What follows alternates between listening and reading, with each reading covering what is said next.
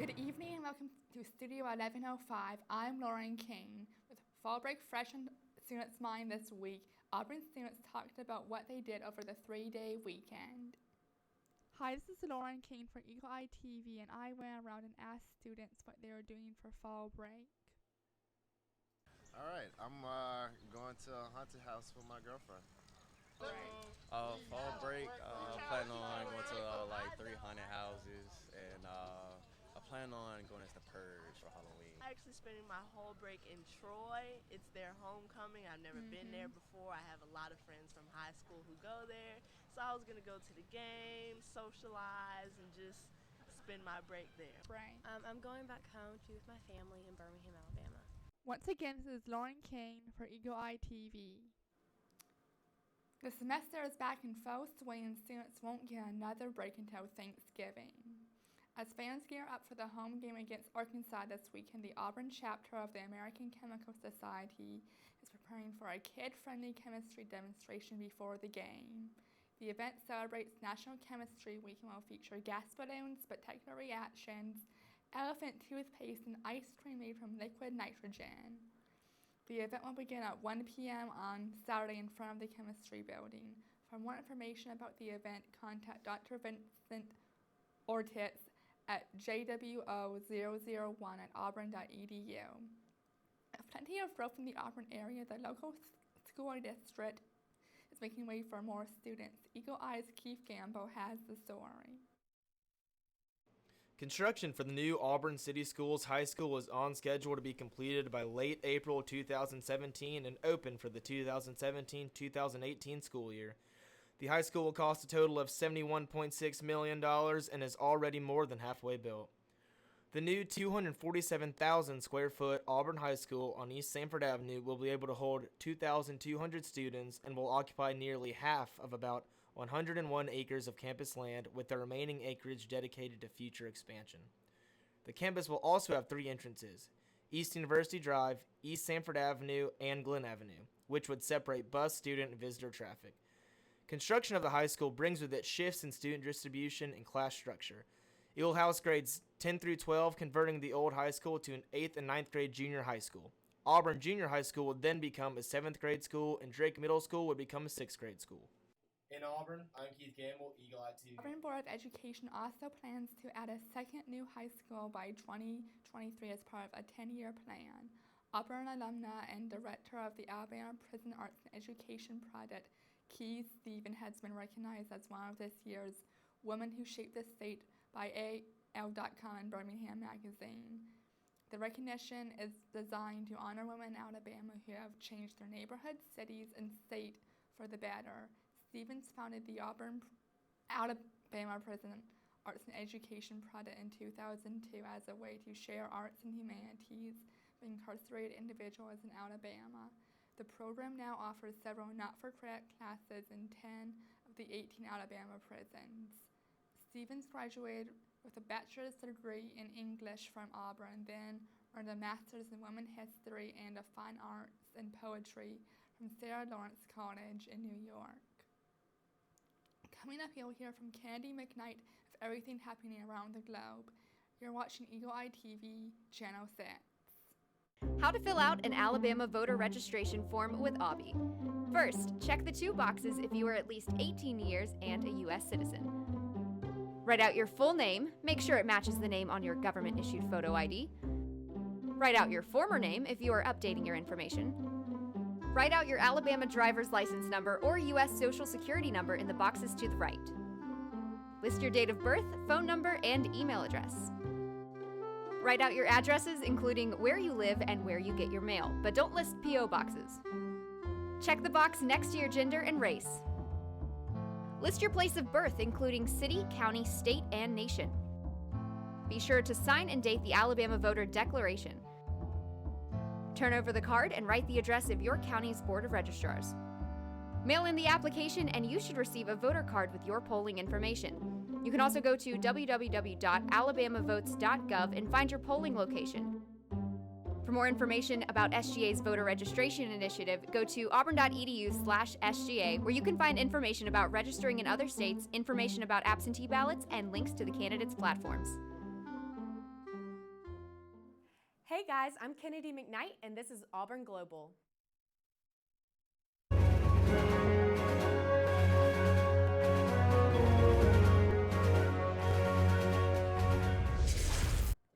Tensions between the United States and Russia have continued to escalate after Russian involvement in Syria and U.S. accusations that Russia is interfering with the upcoming presidential election. The U.S. is now increasing its DEFCON readiness level. DEFCON is an alert system that the U.S. military uses to determine the current threat of nuclear war. DEFCON 5 is considered the least severe, and DEFCON 1 is the most severe. The DEFCON level was last at a 3 just after 9/11. Now, a DEFCON conspiracy website claims the level has been increased to a 3 in the midst of U.S. tensions with Russia. A level 3 alert means the U.S. Air Force is ready to deploy within 15 minutes. The website says Russian media is reportedly telling its citizens to prepare for a nuclear war, and it recommends that American citizens learn the steps to be taken in an event of a nuclear war.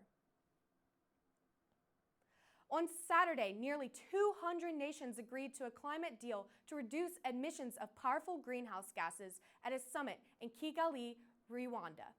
The deal promises to reduce hydrofluorocarbons, or HFCs, which are commonly found in the refrigeration and air conditioning. The UN Environmental Program called the deal the single largest contribution the world has made towards keeping the global temperature rise well below 2 degrees Celsius. That 2 degrees was the goal agreed upon last year at the Paris Climate Conference. U.S. Secretary of State John Kerry said at the conference, "We proved that science has a value. We proved that if we come together in a forum like this, we can actually do things that affect the entire planet." Countries will begin reducing their usage of HFCs by 2019. Last Thursday, King Bhumibol Adulyadej of Thailand died at the age of 88 after ruling over the Asian country for 70 years. The Thai government has issued a mandatory month of mourning for the beloved king. Thai people have urged to wear black or dark colors for the next year. Clubs and bars have stopped serving alcohol, and all entertainment and sports events have been canceled for the next 30 days. Although this mourning period seems intense, the Thai people were very fond of King Bhumibol, as he was the only king most of them had ever known.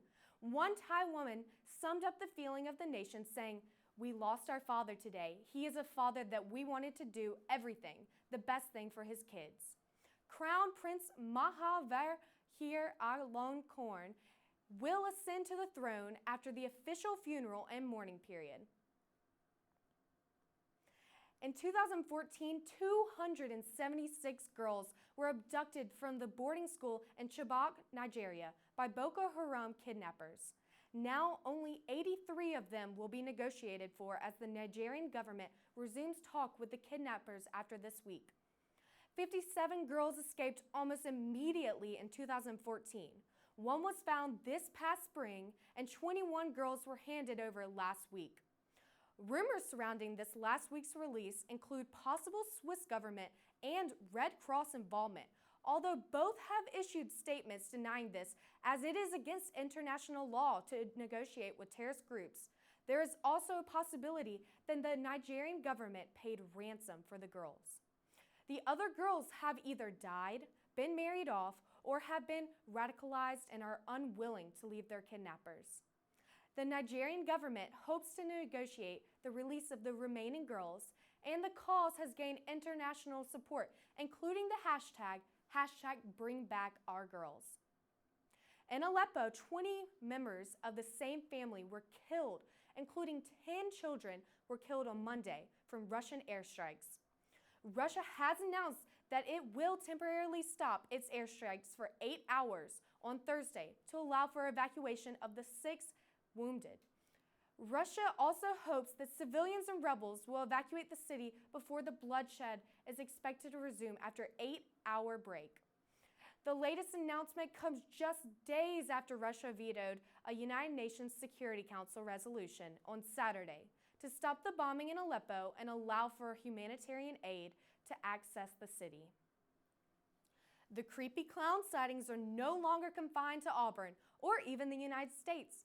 Authorities in Canada, Australia, and United Kingdom have received reports of clown sightings. In Durham, England, police are investigating an incident where a man dressed as a clown followed 4 children to school while carrying a knife. Sergeant Mel Sutherland said, "The children arrived at school upset and distressed by the incident, and the police have been urging clowns to stop the prank." The clown's frenzy has swept the globe, even made it into a White House press briefing last week. Press Secretary Josh Earnest said, "I don't know if the president has been briefed on this particular situation." Conjoined twins in New York were separated last week in 27-hour separation surgery. Anais and Jaden McDonald have been connected at the head for the first 13 months of their life and have gone through 3 previous surgeries to prepare for the final separation, which took place at the Children's Hospital at the Montefiore Medical Center in the Bronx. The twin surgery was led by Dr. James Goodrich, who has done 6 other separation procedures. The craniopagus separation surgery was just the 59th in the world since 1952. Dr. Goodrich helped pioneer the field of craniopagus separation surgery by doing the surgery in several shorter stages. Although both boys are currently stable, Dr. Goodrich remains optimistic for the recovery. The boy's mother said, "The next few months will be critical in the terms of recovery, and we will not know for sure how Anais and Jaden are recovering for the next many weeks." That's all for Auburn Global this week. Up next, we'll hear from Lauren with more news circling around Auburn. You're watching Eagle Eye Channel 6. Auburn Guides is your guide to Auburn University. You can access schedules, create your own to-do lists, interact with friends, and always get the most up-to-date information. The Auburn Guides app gives access to information on the go so you never miss out.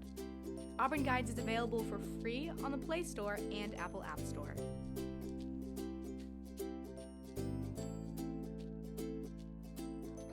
The Sophomore Honor Society will no longer be recognized as an on-campus subdivision of Omicron Delta Kappa following hazing allegations last February. The Squires typically choose 10 freshmen in the spring with exemplary leadership qualities to be initiated in the fall. The complaint submitted to the Office of Student Conduct alleges that the new members were hazed during the 10-day initiation. The president of Squires, an unnamed junior, said, "What started something most outside people wouldn't consider hazing, the Office of Student Conduct has turned into. The Squires aim to serve and better Auburn. They are sometimes labeled as a secret society, but the president says Squires are chosen on the same merits that ODK members are chosen." Pedestrian safety is always a concern on college campuses. Eagle Eye's Kara Rhodes found out how a new campaign is aimed at keeping pedestrians safe on campus. With the recent hit-and-run incidents that have occurred in Auburn, pedestrian safety has been on the minds of many. In a continued effort to promote pedestrian safety, Auburn's Travel with Care campaign is focusing on failure to yield, which includes safety tips for pedestrians. Pedestrians need to know a couple of things. One is that they do not automatically have the right-of-way in the crosswalk. A lot of people have the misconception that a car has to stop for a pedestrian who is waiting to cross, but that's not the case. Here in Auburn, it's not uncommon to see students jaywalking, and it's an everyday occurrence to see students walking to class with their headphones in. Here are some tips to ensure your safety. So jaywalking is against the law. You have to go to a designated crosswalk, but a lot of the larger blocks like Magnolia have mid-block crosswalks that you can use. If you're going to use headphones or earbuds, if you would take one out and just keep one ear open so that you can hear what's going on around you. In Auburn, Eagle Eye TV. Auburn's Travel with Care program has launched their Know When to Go campaign to make pedestrians aware of safe walking habits in recent weeks on Auburn's campus. RBD Library will close over the month-long holiday break in December to allow for continued construction of the middle classroom building. The closing is to allow for some of the noisiest construction work to take place while they're not in session. Students and faculty can request library materials to be moved to the Library of Architecture, Design, and Construction, which will be open during the break. RBD is taking requests for materials to be removed until Friday, December 9th. Construction is to be slated to be finished by June 26th of next year of the building, ready to use for the 2017-2018 school year. In other construction news, plans for the Auburn University Performing Arts Center is moving forward to the design phase. Director of Development at Special Projects at Auburn said, "It is happening and it's happening fast." The center is expected to open in March 2019 and has been proposed to create an arts district on Auburn's campus. The 75,000 square foot center will include an indoor performance hall and an outdoor lawn and porch area. It's that time of year, Auburn fans. Everyone loves pumpkins, and people are heading over to Farmer and the Dell Pumpkin Patch to express that love. The farm provides customers with the chance to pick their pumpkins straight off the vine. There's also a hay bale play area and hay rides for the children to enjoy. Bring your blankets and food and enjoy a nice picnic in one of Auburn's most beautiful areas. You can visit this farm on Wire Road. That's all for Studio 1105 tonight. Keep up with all of the latest Auburn news throughout the week by following us on Facebook, Twitter, and Instagram at Eagle Eye TV. I'm Lauren King. Thanks for joining us, and War Eagle.